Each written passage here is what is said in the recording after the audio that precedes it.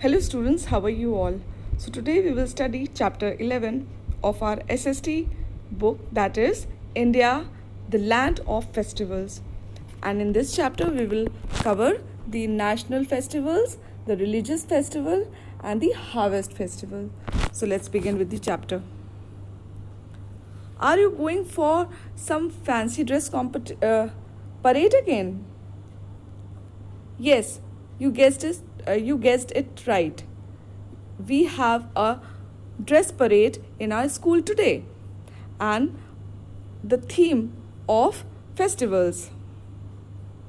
So here is a magic who is asking the cracker and the Santa Claus where are they going, and they both are saying that we have a fancy dress parade in the school and the theme of the festivals. So here are some picture clues. Match them to the names of the festivals. So students, we can see the pictures. There are 4 pictures and 4 names. So we have to match them. The first is Independence Day. So that is celebrated on 15th August. So we will mark it like this. Okay students, that is the Red Fort. Then the second one, Children's Day. Children's Day is celebrated on the birthday of Pandit Jawaharlal Nehru, that is 14th November. So that is his photo over here. And then there is a Diwali picture when we light diyas and the candles. So we can see in the picture, so we will be matching this. And here is another picture where we can see a Santa Claus in the red dress. So we will mark as Christmas. Okay students, so this is how we have to match it.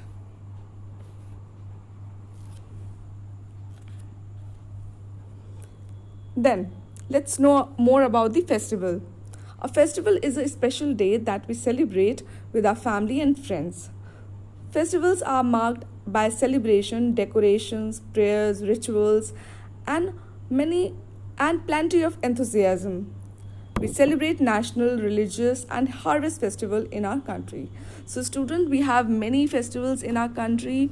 They are full of colors, they are full of light, full of food, full of enthusiasm.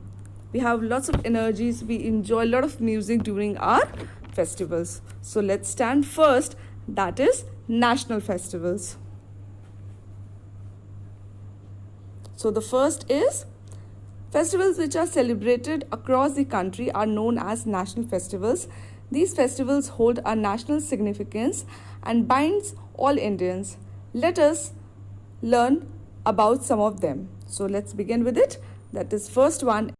First one is Independence Day. Every year we celebrate Independence Day on 15th August as India got freedom from British rule on this date in 1947. The Prime Minister hoists the national flag on the Red Fort in Delhi. So student, Indian Independence Day marks the end of the British rule in 1947 and the establishment of a free and independent Indian nation.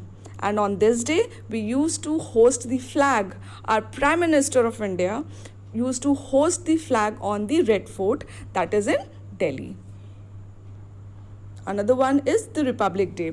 The Constitution of India came into effect on January 26, 1950, after India became independent. This day is celebrated as Republic Day, as India became a republic on this day. A grand parade is held at Rajpath in New Delhi. On this day, the President of India takes the salute and hoists the national flag. So, students, on Republic Day, we used to celebrate our Republic Day because in this day, the Constitution of our India came officially in the force, and we used to celebrate this as we have a lot of parade on the Rajpath in New Delhi, and on this day the president used to host the flag and the parade which is held in Delhi. So the another one is Gandhi Jayanti.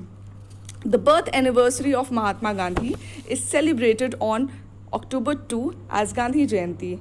Prayers and flowers are offered at his Samadhi at Rajghat on this day. He is known as the father of nation.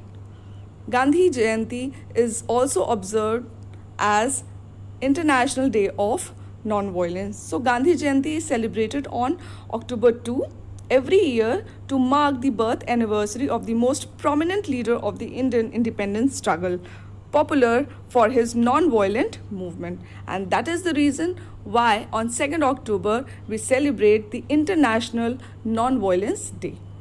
So students, here we come the end of this part. I hope students you have understood the subject topic.